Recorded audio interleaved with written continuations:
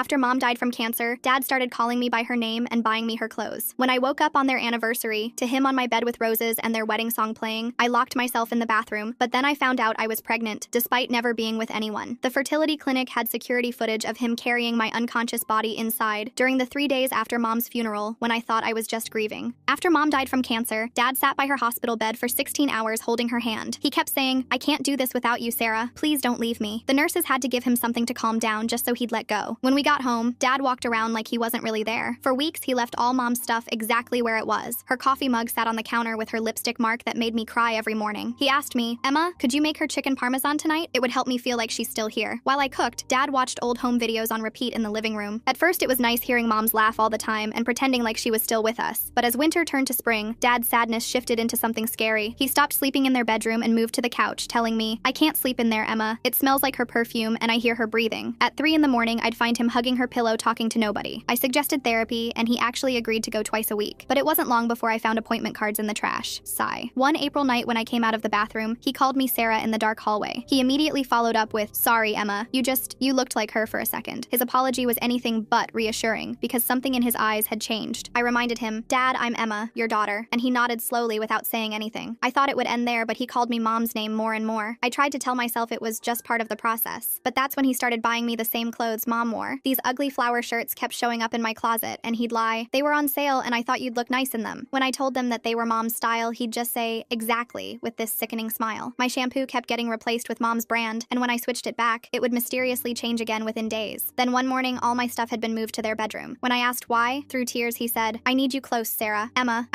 the nightmares are getting worse." That was the last time he called me Emma. I could tell something terrible was coming, but nothing could have prepared me for their anniversary morning. I woke up to him on my bed with a breakfast tray, roses everywhere, candles burning, and their wedding song playing. He smiled and said, "Happy anniversary, my love. I can't believe it's been 20 beautiful years of marriage." I sat up fast and said, "Dad, what the F is this?" Suddenly, I was hit with a wave of dizziness. When I tried to catch my balance, he smiled. "You've been so tense recently, Sarah, so I put anxiety medication in your water." I sat there helpless as he pulled out red undergarments. He held it up saying, "You wore this on our wedding night. Time to put it on again." I shook my head hard and said, "Dad, please, you're scaring me. I'm Emma." But his eyes looked empty. When I pushed the tray away, he grabbed my wrist hard. "Why are you acting like this, Sarah?" he said while I screamed, "Mom is dead. I'm Emma. I'm your effing daughter." His face twisted and he yelled, "Stop lying. You're my wife. You've always been my wife." He lunged forward trying to kiss me, hands grabbing at my chest while saying, "This is our anniversary. Stop pretending you don't remember our first time." I screamed, "Get off me!" and bit his lip until it bled. As I stumbled to the bathroom, he called, "Sarah, come back. Don't lock me out on our special day." I barely locked the door before he got there. He pounded on it saying, "I'll be gentle, I promise. Just like our first time. Please don't be scared, my love." When I didn't respond, his tone shifted to anger. "Sarah, open this door right now. A wife doesn't lock out her husband." All I wanted to do was call for help, but I didn't have my phone on me. When I heard him punching through the door, I screamed, "Help! Somebody help me!" Thankfully, somehow my neighbor Mr. Lee heard. Dad was able to unlock the door after he punched through it, and he had this sick smile. My skin crawled when he said, "There you are, sweetheart. No more hiding, catching me with a needle. This will help you remember who you are." I fought back as hard as I could, though I knew he could overpower me. But everything stopped when Mr. Lee pounded on our front door. "John, is everything okay in there?" he yelled. Dad called out, "Everything's fine, Tom. Sarah's just having one of her episodes again." But Mr. Lee yelled back, "John, Sarah's gone. I'm calling the police." I sobbed, "I'm not Mom. I'm Emma." The police found him on top of me telling them, "Officers, there's been a misunderstanding. This is my wife, Sarah." Even in handcuffs, he cried, "Sarah, tell them you're my wife." One officer asked, "Miss, what's your name?" And I sobbed, "Emma," his daughter. Dad started thrashing. "She's confused. She's sick. We've been married 20 years. As they led him away, he kept yelling, "Sarah, I love you." He was put in a psychiatric holding facility. He had been locked up for 2 months when I got the news. It came in the form of 2 pink lines on a pregnancy stick. My heart dropped because I thought I was a V-card holder. I stared at those 2 pink lines until my vision blurred. The bathroom tiles felt cold under my bare feet as I sank to the floor, pregnancy test clutched in my shaking hand. How could this be happening? I'd never been with anyone, never even kissed a boy. The only explanation made my stomach turn. My phone buzzed on the counter. The psychiatric facility's number flashed on screen. Against every instinct screaming at me not to answer, I picked up. Dad's voice came through eerily calm, nothing like the man who'd been dragged away in handcuffs 2 months ago. "How's our baby, Sarah?" The test slipped from my fingers, clattering on the tile. Behind his voice, I heard an orderly whisper urgently to someone. My throat closed up. How could he possibly know? I hung up without speaking, my mind racing. The morning he'd attacked me wasn't the only time I'd felt strange. There were those 3 days after Mom's funeral when everything felt foggy. I'd thought it was grief, exhaustion from planning everything while Dad fell apart. But now, "I helped you sleep better those nights," Dad had said when I'd mentioned feeling groggy. The memory hit me like ice water. Those missing days, the strange dreams, the soreness I'd attributed to sleeping wrong. A knock at the door made me jump. Through the peephole, I saw Mrs. Chen from next door holding a casserole dish. I opened the door, trying to look normal despite my world crashing down. She smiled warmly. I made too much lasagna, dear. Thought you might like some. Her expression shifted to concern. Are you feeling all right? You look pale. I forced a smile, taking the dish. Just tired. Thank you. Of course. Oh, I've been meaning to mention, during those nights after your mother's funeral, I saw you sleepwalking to the garage several times. Around 2 or 3 a.m., I was worried but didn't want to intrude during your grief. My hands trembled. The garage? Yes, multiple times. Your father said you were having trouble sleeping, that the doctor prescribed something to help. She patted my arm. Well, I'll let you rest. After she left, I practically ran to the garage. Dad's workshop area looked normal at first glance. Tools hung neatly on pegboards. His workbench was clean, but something felt wrong. I searched behind boxes, under tarps, anywhere he might hide something. Behind an old filing cabinet, I found it. A small camera mounted to the wall, red light still blinking, recording. The timestamp showed last night's date, but Dad had been locked up for 2 months. My hands shook as I traced the wire to a laptop hidden under a tarp. The screen showed multiple video files. I clicked on one from the week after Mom's funeral. The image made me gag. Me, unconscious in the backseat of Dad's car. The camera angle showed everything, but when I tried to skip forward, the crucial segments were corrupted. File after file showed the same thing. Me unconscious, then corruption where the actual assault would be. A box beside the laptop caught my eye. Inside, I found Dad's journal. His handwriting, usually so neat, looked frantic. I flipped through pages of grief, then stopped cold. Conjugal visits with Sarah during her sleeping hours. She's more receptive when the medication helps her relax, just like our honeymoon. I photographed page after page with my phone when footsteps made me freeze. Aunt Patricia stood in the garage doorway, her expression unreadable. Emma, what are you doing out here? I shoved the journal behind my back. Just looking for something? She stepped closer, and I noticed her eyes weren't surprised. They were calculating. That's your father's private workspace. You shouldn't be snooping. I live here. I can go wherever I want. Her smile didn't reach her eyes. Of course. I've been visiting your father, you know, weekly. He's getting better. More like his old self. Her gaze dropped to my hands. Is that his journal? No. Don't lie to me, Emma. She reached for it, but I stepped back. He's making such progress. The doctors say he might come home soon if he continues improving. He attacked me. He thought I was Mom. He was grieving. People do strange things when they lose someone they love. She moved closer. Give me the journal. It's private. The doorbell rang, saving me. I rushed past her, journal still in hand. My best friend Mika stood on the porch, lunch bag in hand. Ready for our lunch date? I brought Thai food from that place you... Emma, what's wrong? I wanted to tell her everything. About the pregnancy test, the videos, the journal, but the words stuck in my throat. Well, Dad's grief counseling clearly went off the rails somewhere between healthy mourning and let's recreate our wedding night with my teenage daughter. That's one heck of a plot twist I did not see coming. How could I explain that my own father had just a rough morning? I managed. Mika's eyes narrowed, looking past me to where Aunt Patricia emerged from the garage. Everything okay? Fine, Patricia said smoothly. Just checking on my niece. I'll see you at Sunday dinner, Emma. After she left, Mika pulled me inside. Okay, spill. You look like you've seen a ghost. I opened my mouth, closed it. The pregnancy test was still on the bathroom floor. The journal burned in my hands, but I couldn't form the words. I found some stuff of Dad's, I said finally. Disturbing stuff. What kind of stuff? I showed her one page of the journal, watching her face pale. Oh my God, Emma, this is... I know. I flipped through more pages, stopping when something fell out. Medical receipts for fertility substances, purchased online 2 months before Mom died, with my forged signature as the patient. He was planning this, I whispered. While Mom was dying, he was planning to... Mika grabbed my shoulders. We need to call the police. This is evidence of... No! The word came out sharper than intended. I can't. Not yet. I need to understand what happened first. My phone rang. Dr. Hoffman, Dad's psychiatrist. I let it go to voicemail, but he called again immediately. Emma, this is Dr. Hoffman. Your father is making excellent progress. He's been asking to apologize to you. I think a visit would be therapeutic for both of you. I don't think that's a good idea. He's genuinely remorseful. The medication is helping him see reality clearly now. He understands you're his daughter, not Sarah. The fertility substance receipt crinkled in my hand. I'll think about it. Wonderful. Oh, and Emma, your aunt mentioned you've been under stress. If you need someone to talk to... I hung up. Mika stared at me. You're not actually considering visiting him? Number. But something's not right. How did he know about... I couldn't say pregnancy. How is he still controlling things from inside? We spent the next hour going through the journal and receipts. Every page revealed new horrors, detailed plans, substance dosages, even mentions of the security cameras he'd installed to monitor Sarah's recovery. Emma, we need help. This is too big for just us. She was right, but who could I trust? Aunt Patricia was clearly on Dad's side. Dr. Hoffman seemed fooled by Dad's act. The police had been useless before. Let me think, I said. I need to be smart about this. Mika reluctantly agreed to give me time. After she left, I sat in my room, surrounded by evidence. The pregnancy test hidden in my drawer seemed to pulse with its own terrible presence. I needed to know more. The fertility clinic receipt had an address. Tomorrow, I'd go there. Maybe they'd have records, security footage, something to prove what Dad had done during those lost days. My phone buzzed with a text from an unknown number. When I opened it, my blood ran cold. A photo of me from one of the corrupted videos. Unconscious, vulnerable, and a message. Such beautiful memories of our time together. Can't wait to make more. Your loving husband. The phone slipped from my numb fingers. Somehow, even locked away, Dad was still watching, still reaching out, still convinced I was Mom. I grabbed the journal and receipts, shoving them into a bag. Whatever happened next, I needed to protect this evidence, because something told me Dad's excellent progress was just another manipulation, and if Aunt Patricia had her way, he'd be coming home soon. The next morning, I drove to the fertility clinic with Mika beside me. My hands gripped the steering wheel so tight my knuckles turned white. The receptionist at the front desk looked up with a professional smile that faltered when she saw my face. I explained I needed information about appointments from several months ago. The receptionist typed something into her computer, then frowned. She excused herself and returned with an older woman who introduced herself as Beth, the clinic manager. Beth's expression grew concerned as I showed her the receipts. She led us to a private office and closed the door. After checking the dates against their system, she confirmed someone matching my description had been brought in during those exact time frames. The appointments were listed under my name, but the signature on the consent forms didn't match mine at all. She printed copies of everything she could legally share, including security footage stills that showed Dad carrying an unconscious woman into the clinic. My stomach churned, seeing myself limp in his arms. Beth whispered that she remembered Mom from years ago when she'd tried IVF treatments here. She'd always wondered why Dad kept asking about fertility options for his wife when everyone knew Sarah had passed. Back in the car, Mika held the evidence while I tried not to throw up. We decided to make copies of everything and store them in multiple locations. As we pulled into a copy shop parking lot, I noticed Aunt Patricia's car following us. She'd been 3 cars behind us since we left the clinic. Inside the shop, I quickly made copies while Mika watched the door. Patricia entered just as I finished, pretending surprise at running into us. She made small talk while her eyes tracked the papers I was sliding into different envelopes. When she reached for one, I pulled them all back and told her we were leaving. That afternoon, I returned home to find Dad's letters had started arriving. 3 envelopes sat on the kitchen counter, all addressed to Sarah in his handwriting. My hands shook as I opened the first one. He wrote about our growing family, how excited he was for the baby, and included appointment reminders for prenatal checkups. The second letter contained ultrasound photos he'd somehow obtained, with arrows pointing to what he claimed was our miracle. The third made my skin crawl, detailed plans for converting my room into a nursery. I photographed each letter before hiding them with the other evidence. My phone rang constantly, unknown numbers that I let go to voicemail. When I finally checked them, they were all from Dad, his voice switching between calling me Sarah and Emma, sometimes in the same message. The next few days, I noticed more signs of Dad's reach. My work supervisor called me into his office, expressing concern about my mental state. Apparently, Dad had been calling, claiming I was having episodes and needed time off. When I tried to explain the situation, my supervisor's expression made it clear he thought I was the one with problems, not Dad. I requested my medical records from our family doctor, only to discover Dad was still listed as my emergency contact and medical proxy from when I was a minor. The receptionist apologetically explained she couldn't release them without his consent. Even my attempts to change this were blocked. The forms required a psychological evaluation to prove I was competent to make my own medical decisions. Desperate for professional help, I made an appointment with a therapist Mika found online. Dr. Martinez seemed sympathetic at first, taking notes as I explained everything. But when I mentioned Dad's name, her expression shifted. She set down her pen and revealed she was Dad's cousin. Family photos on her desk that I hadn't noticed before showed them together at various gatherings. She suggested my accusations were a grief response and offered to prescribe anxiety medication. I left her office feeling more trapped than ever. That night, I couldn't sleep. Every creak of the house made me jump. Around 2 a.m., I crept to Dad's home office with a flashlight. His computer was password protected, but I knew his habits. The password was Mom's birthday. His files were meticulously organized. One folder labeled Sarah's Recovery contained hundreds of photos of me sleeping, taken over months. Another held medical research about fertility substances and their effects, but the folder that made my blood run cold was titled Project Sarah Reborn. Inside were detailed plans dating back to when Mom was first diagnosed, spreadsheets tracking my cycle, notes about which substances would be undetectable, even architectural plans for basement renovations. I copied everything onto a USB drive, my hands shaking so badly I almost dropped it. A car door slammed outside. I peeked through the blinds to see Aunt Patricia's car in the driveway. She had a key. I quickly shut down the computer and slipped out the back door just as I heard her entering through the front. The next morning, I found prenatal vitamins in my bathroom cabinet. I hadn't bought them. The receipt tucked inside was dated 2 months ago, before Mom had even died. I flushed them all down the toilet and installed new locks on my bedroom and bathroom doors. At the grocery store, I ran into several of Mom's book club friends. They congratulated me on my pregnancy and asked about my engagement. When I stammered that I wasn't engaged, they exchanged knowing looks. Apparently, Dad had been calling them from the facility, sharing the wonderful news about our growing family. I abandoned my cart and drove straight to Mika's apartment. She took one look at my face and pulled me inside. While I sat on her couch trying to breathe normally, she made calls to everyone she could think of who might help. Most were dead ends, but then she remembered her friend Jordan who worked at a pharmacy. Jordan agreed to meet us at a coffee shop. When I showed him the receipts for the sleeping pills, his face went pale. He recognized the prescriptions. Dad had been picking them up for months, claiming they were for my anxiety. The doses were dangerously high, enough to keep someone unconscious for hours. He also revealed something that made my stomach drop. Dad had an appointment scheduled at the fertility clinic for next month. The note in their system mentioned continuing treatment for wife's fertility issues. Jordan printed out what records he could access and promised to keep an eye out for any new prescriptions. The way Emma's dad planned everything while her mom was dying makes me feel sick for her. Finding those receipts showing he bought fertility drugs before her mom even passed, that's such a deep betrayal of trust. That evening, I heard a knock at the door. My younger cousin Stephanie stood there holding a package, saying Aunt Patricia asked her to deliver it. I thanked her but warned her to be careful around Patricia. When Stephanie looked confused, I simply told her to trust me and never be alone with our aunt. Inside the package were maternity clothes, all in Mom's size and style. The gift tag read, "For our growing family, love, your devoted husband." I spent the next hour power backing up all my evidence to cloud storage, creating multiple accounts under different names. As the files uploaded, I noticed my laptop running slower than usual. A quick check showed someone had installed monitoring software. The installation date matched when Aunt Patricia had borrowed my laptop to check email last week. I performed a factory reset and started fresh, but the damage was done. Who knew what information she'd already accessed? My banking, my emails, my search history, all of it potentially compromised. The police sergeant I spoke with the next day barely looked up from his paperwork. He explained that restraining orders don't apply to institutionalized patients since they're already confined. When I showed him the letters and evidence of ongoing harassment, he shrugged and suggested I change my phone number. The system offered no protection against someone who was technically already locked up. That night, I met with Jordan and Beth at Mika's apartment. They'd both lost people to similar situations. Jordan's sister to an ex who'd stalked her despite being in jail. Beth's friend to a husband who'd controlled her even from prison. We weren't alone in this, but that only made it more frightening. How many others were trapped like this? We created a simple communication system, code words for different situations, regular check-ins, and safe meeting spots. It felt like preparing for war, but what else could we do? Searching through Dad's work computer files, I found more evidence of his delusions. The folder labeled Project Sarah Reborn went deeper than I'd initially seen. Encoded files that took hours to crack revealed his complete break from reality. He genuinely believed Mom wasn't dead, that she'd been transformed into me, that getting me pregnant would complete her resurrection. One file made me run to the bathroom to vomit. Detailed notes about Mom's appearance at my age, how similar we looked, how he'd noticed this when I was just 14. The planning went back years, waiting for the right moment. Mom's cancer had been his opportunity. Dad's childhood friend Marcus reached out after hearing about the situation from Mr. Lee. Over coffee, he revealed something that explained so much. Dad's mother had died young, in childbirth actually. Dad had been raised by his grandmother who told him repeatedly that he'd culled his mother by being born. The trauma had shaped everything about how he viewed women, death, and rebirth. Marcus showed me old photos of Dad's mother. The resemblance to both Mom and me was undeniable. 3 generations of women who looked alike, and Dad's broken mind had conflated us all into one person who kept dying and being reborn. At the grocery store, I kept my head down, but Aunt Patricia found me anyway. She cornered me in the cereal aisle, accusing me of spreading lies about Dad. When I tried to leave, she grabbed my arm. Other shoppers started staring. I stayed calm, quietly asking her to let go. When she raised her voice about family loyalty, I simply held up my phone, already recording. She released me immediately, but the damage was done. The security footage would later save me when she tried to claim I'd attacked her. Several witnesses came forward to support my version of events, having seen her aggressive behavior. The facility called to inform me that Dad's insurance would run out in 30 days. After that, he'd either need to be transferred to a state facility or released. The social worker's apologetic tone made it clear which option was more likely. Budget cuts meant the state facilities were full. Dad would probably be released with outpatient requirements he'd never follow. That same day, Rosa, a cleaning lady at the facility, called my cell. She'd gotten my number from the visitor log and felt I needed to know something. Dad had been hiding his medication for weeks, pretending to take it but actually saving it up. He was planning something, she was sure of it. She'd reported it to her supervisors, but nothing had been done. During Sunday dinner at Aunt Patricia's house, I watched her carefully. The mask slipped when she called me Sarah while passing the potatoes, then quickly corrected herself. But Uncle Robert noticed. I saw the confusion in his eyes, the first crack in his loyalty to his wife. Dad's lawyer contacted me about a reconciliation meeting. He painted a picture of a remorseful father who just wanted to apologize and make amends. The inheritance he mentioned was substantial. Apparently, Dad had life insurance policies I never knew about. All I had to do was agree to supervised visits. I declined and hung up. Uncle Robert showed up at my door the next evening looking troubled. He'd found Patricia's journal while looking for their tax documents. She'd been visiting Dad far more than she'd told anyone, sometimes daily. The journal entries showed her growing obsession with Dad's version of reality, how she'd started to believe Mom might really still be alive somehow, transformed into me. We agreed he'd keep watching Patricia while pretending everything was normal. He looked broken as he left, realizing he'd been living with someone whose grip on reality was slipping. Mr. Lee's log proved invaluable. He'd been documenting strange occurrences since Mom died, originally just out of concern for a grieving neighbor. But the entries painted a disturbing picture. Dad bringing contractors to work on the basement during my blackout periods, deliveries of medical equipment, late-night activities in the garage when I was supposedly sleeping. His most disturbing entry described seeing Dad carry me to the car multiple times during those lost days after Mom's funeral. I'd been completely limp, unconscious. Mr. Lee had assumed I was sick with grief, that Dad was taking me to the hospital. He'd never imagined the truth. Up on the contractor lead, I tracked down the company Dad had hired. The worker I spoke with remembered the job clearly. Dad had wanted a basement room renovated into what looked like a medical suite. He'd claimed it was for home care for his sick wife. The contractor had found it odd since everyone knew Sarah had already passed, but the money was good, and it wasn't his business to ask questions. I convinced him to let me see the work order. The specifications made me sick. Medical-grade ventilation, reinforced soundproofing, multiple electrical outlets for equipment, a small refrigeration unit, everything needed for a private medical facility. That night, I broke into my own basement. I'd avoided it since moving back home, but I needed to see. Behind a new wall that looked like storage shelving, I found a hidden door. My hands shook as I opened it. The room beyond was worse than I'd imagined. Medical equipment filled one corner. Examination table, IV stands, monitoring devices. A refrigerator hummed in the corner. Inside, I found vials of fertility substances and something worse. Frozen genetic material labeled with my name and collection dates matching my blackout periods. Photos covered one wall, me at every age, morphing into pictures of mom, then pictures of dad's mother. In his broken mind, we were all the same woman, dying and being reborn over and over. The centerpiece was a hospital bed with restraints, waiting for its next occupant. I photographed everything, then got out of there. My hands shook so badly I could barely lock the door behind me. This wasn't just assault. This was a fully planned operation to use me as an incubator for his delusions. Mika quit her job the next day, rather than deal with Patricia's escalating threats about lawsuits and slander. Her boss had been sympathetic but couldn't risk the drama. We spent the afternoon updating resumes and looking for new opportunities for her, trying to pretend our lives were normal while everything crumbled around us. The support network grew organically. Mom's prayer group reached out after hearing whispers about what was happening. These women had known our family for years and had their own suspicions about dad's behavior. They offered meeting spaces, emotional support, and most importantly, they believed me. Former neighbors started coming forward with their own observations. The woman across the street had seen dad carrying me to the car during those blackout nights. The elderly couple next door had heard strange noises from our garage at odd hours. None of them had spoken up before, assuming they were misunderstanding innocent situations. Now they realized they'd been witnesses to something terrible. Dad's attempts to contact me escalated. Fake social media accounts appeared daily, sending messages that alternated between declarations of love and detailed descriptions of our supposed future together. I reported each one, but new ones appeared faster than the platforms could remove them. The facility's security footage revealed he'd been coaching other patients to call me, giving them scripts to read. One recording Rosa smuggled out showed him teaching a confused elderly man to say he was calling about prenatal appointments for Sarah. The manipulation was systematic and relentless. With less than 2 weeks until dad's insurance ran out, I had to make hard choices. The pregnancy was still early enough to terminate safely, but I struggled with the decision. This wasn't just about me, it was potential evidence of his crimes. Yet carrying it felt like letting him win, like participating in his delusion. The prayer group women surrounded me with support as I made my choice. Dad's friend Marcus basically said, "Hey, your dad thinks you're his mom reincarnated because grandma told him he killed her during birth. Talk about needing therapy before having kids, not after." They drove me to the appointment, held my hand in the waiting room, and took me home after. No judgment, just love and understanding. The tissue samples were preserved as evidence, just in case. Patricia's own children started pulling away after overhearing conversations about the situation. Her eldest daughter refused to visit anymore, scared of what her mother was becoming. Her son asked Uncle Robert if they could stay with his parents for a while. The family was fracturing, but at least the younger generation was protecting themselves. Multiple witnesses came forward about dad's concerning behavior before mom's death. Her oncologist's notes, subpoenaed by a sympathetic nurse, showed dad had been asking about increasing her pain medication doses. He'd been unusually interested in which combinations might be fatal, claiming he wanted to avoid accidental OD. The facility extended dad's hold after Rosa's reports finally triggered a review, but it was temporary, just another 30 days. The countdown continued, just slightly delayed. He lost privileges after they found the contraband medication, but somehow his letters kept coming. Other patients were smuggling them out, seduced by his manipulation or small bribes. During one of his recorded calls, dad slipped up. While ranting about Sarah being pregnant again, he mentioned it was just like 20 years ago when I was conceived. Then he caught himself, realizing he'd just admitted knowing I was his daughter, not his wife. The cognitive dissonance was recorded, documented, one more piece of evidence that he knew reality but chose his delusion. Marcus revealed the final piece of dad's history. His grandmother had died in childbirth too, dad's mother. The women in his family kept dying to bring forth new life, and in his broken mind, they were all the same woman. Sarah, his mother, his grandmother, an endless cycle of death and rebirth that he was desperate to continue through me. The security footage from multiple nights showed the full scope of what had happened during my blackout periods. Dad carrying me to the car, driving to the clinic, returning hours later with me still unconscious. The timestamps matched perfectly with the procedures documented at the fertility clinic. It was all there in grainy black and white, evidence of the systematic assault I'd survived without even knowing it. As the final days of dad's extended hold approached, the entire support network prepared for what might come next. Safe houses were arranged, check-in schedules were confirmed. Everyone knew their role in keeping me safe when he inevitably got out. But I wasn't running anymore. I'd spent months gathering evidence, building support, documenting everything. The police might not help, the system might fail, but our community was ready. The truth was out there, spreading through whispers and careful conversations. Dad thought he could recreate mom through me, continue some sick cycle of death and rebirth, but I was breaking that cycle. I was choosing life, my own life, separate from his delusions. And I had an army of survivors, supporters, and witnesses ready to help me fight. The facility called with an update. During the review process, they'd discovered more disturbing behavior. Dad had been creating detailed plans for what he'd do when released. The plans were elaborate, delusional, and focused entirely on reuniting with his wife and their baby. This time, even Dr. Hoffman couldn't ignore the evidence. He called to apologize for not seeing it sooner. Dad's manipulation had been so complete, his performance so convincing during their sessions, but the accumulated evidence painted an undeniable picture of dangerous obsession. Rosa's written testimony arrived by courier the next morning. Her handwriting was shaky, but the details were precise. Dates, times, conversations she'd overheard. Dad had been coaching patients for weeks, teaching them exactly what to say when they called me. She'd documented everything, risking her job to help a stranger. I added her testimony to my growing evidence binder. The documentation package took 3 hours to compile. Multiple copies went to different locations, one with Mika, one with Marcus, one in a safety deposit box, each page carefully organized, cross-referenced, ready for whatever came next. The evidence was overwhelming now, but I knew that didn't guarantee anything. Dad's recorded calls became more erratic. In one, he referred to me as Sarah, Emma, and Mother, within the same rambling message. The facility staff had started recording everything after finding his medication stash. His breakdown was accelerating, the careful mask he'd maintained for Dr. Hoffman crumbling completely. Mom's prayer group organized a schedule. Different members would check on me throughout the day, bringing meals, sitting with me when the fear got too intense. These women who'd known Mom for decades became my shield. They'd seen Dad's controlling behavior before, noticed things they'd dismissed at the time. Now they were determined to protect me where they'd failed to protect Mom. The facility announced Dad's transfer to a long-term psychiatric hospital. Insurance had approved it based on the new evidence of his deteriorating condition. Relief flooded through me until I learned the details. The transfer would happen in 3 days, requiring transport across the city. So many opportunities for something to go wrong. Patricia's behavior grew more desperate. She showed up at odd hours, peering through windows, leaving rambling voicemails about family loyalty. Uncle Robert had moved out temporarily, taking their children to his parents' house. He called me daily with updates on Patricia's movements, documenting her increasing instability. I spent hours at the bank, changing every account Dad might have access to. The manager listened patiently as I explained the situation, helping me navigate the bureaucracy of severing financial ties. New accounts, new passwords, new everything. Each step felt like reclaiming a piece of my life. The transfer day arrived with unseasonable rain. I stayed home, doors locked, phone in hand. Mika came over to wait with me. We tracked the facility's van through traffic apps, watching its slow progress across the city. Every red light made my heart race. Every stop felt like an opportunity for disaster. The call came at 2:47 p.m., not from the facility, but from Patricia. Her voice was breathless, excited. Dad had convinced her to help during a bathroom stop. She'd created a distraction while he slipped away. They were together now, coming to reunite our family. I hung up and immediately called the police, then the facility, then everyone in my support network. Within minutes, Mr. Lee was at my door with his son. Marcus arrived with 2 of his brothers. Mom's prayer group descended like an army of protective grandmothers. My house became a fortress of concerned neighbors and friends. The police said they were searching, but we all knew Dad would come here. This was where his delusion lived. As darkness fell, we waited. Someone made coffee. Someone else ordered pizza that no one ate. We took turns watching the windows, checking the locks. The rain had stopped, leaving everything eerily quiet. Even the usual evening traffic seemed muted. Patricia's car appeared at 11:15 p.m. She parked across the street, engine running. Through the curtains, I could see 2 figures inside. They sat there for 20 minutes, watching the house, probably noting all the cars, all the people protecting me. Then Patricia got out alone. She walked to my front door like she had 100 times before, knocked with her familiar rhythm. When no one answered, she tried her key. It didn't work. I'd changed the locks. She knocked again, harder, then started calling my name, mixing it with Sarah's, just like Dad did. Mr. Lee opened the door but kept the chain on. Patricia tried to push past him, demanding to see me. Behind her, Dad emerged from the car. He'd lost weight, his hospital clothes hanging loose, but his eyes were bright, focused, terrifyingly clear. He looked nothing like the broken man who'd been dragged away months ago. He walked up the path slowly, deliberately. Patricia stepped aside to let him approach. He stopped at the door, looking past Mr. Lee, searching for me. When he spoke, his voice was calm, reasonable. He explained that there had been a misunderstanding. He was better now. He just wanted to see his wife and child. I stayed in the living room, surrounded by my protectors. Through the doorway, I could see him trying to peer inside. He called my name, Emma, not Sarah, said he understood now. The medication had helped him see clearly. He knew I was his daughter. He just wanted to apologize, to make things right. The police arrived as he was mid-sentence. 3 cars, lights flashing. Dad didn't run. He stood perfectly still as they approached, hands visible, no sudden movements. Patricia started screaming about persecution, about family rights. The officers ignored her, focused on Dad. He went willingly, even smiled as they cuffed him. But as they led him to the car, he turned back. Our eyes met through the doorway. His mask slipped for just a moment. The delusion was still there, burning bright. He mouthed one word, soon. They took Patricia too, as an accomplice. She fought them, screaming about loyalty and love and family. The neighbors came out to watch. Someone filmed it on their phone. Within hours, everyone in the neighborhood knew what had happened. The whispers would follow me, but at least they were truth now, not Dad's lies. The facility faced serious consequences for the security breach. New protocols were implemented. Rosa was promoted to security supervisor. She called to check on me, to apologize for not preventing the escape. I told her she'd done more than enough. Her documentation had saved me. Dad's confession came 3 days later, not in an interrogation room, but at Mom's grave. He'd convinced a guard to let him visit one last time. Standing at her headstone, he spoke to her as if she were there, told her how he'd increased her morphine dose to help her rest, how he'd held her hand as she slipped away, how he'd kept his promise to never let her suffer. The security footage from the cemetery picked up every word, his casual admission to murder, spoken with love and tenderness. He truly believed he'd done Mom a kindness. In his mind, he'd freed her from pain so she could be reborn through me. The cycle of death and rebirth completed through his loving hands. Patricia heard the confession from her holding cell. Something in her finally broke. She realized she'd been helping a murderer, enabling a monster. Her statement to police was comprehensive, detailing every visit, every plan, every delusion she'd witnessed. She'd been so deep in grief over losing her sister that she'd let Dad's fantasy become hers. The murder confession changed everything. No more temporary holds or insurance limitations. Dad was transferred to a maximum security psychiatric facility, facing charges that would keep him there permanently. instantly. The system that had failed me finally had something it couldn't ignore. I sat in the prosecutor's office, reviewing my statement one last time. They had everything: the evidence I'd collected, Rose's testimony, the security footage, Patricia's confession. But they wanted my story too, wanted the jury to understand the full scope of what he'd done. I agreed, but only in writing. I couldn't speak those words aloud. The DNA test results arrived the same day. Confirmation of what I already knew: the pregnancy had been Dad's. The lab tech who delivered them looked sick. She'd seen the news, understood what the results meant. I filed them with the rest of the evidence. One more piece of proof in an already overwhelming case. Mom's prayer group helped me plan a memorial service. Not for Dad, he was dead to me now. But for Mom, a real goodbye this time. We held it in their church garden, surrounded by the flowers she'd loved. I spoke about who she really was. Not Dad's fantasy, but the actual woman who'd raised me, loved me, protected me as long as she could. Uncle Robert brought the kids to see me. They were confused, scared, processing their mother's involvement. I told them age-appropriate truths, assured them none of this was their fault. Their mother had been sick with grief, I explained. Sometimes sadness makes people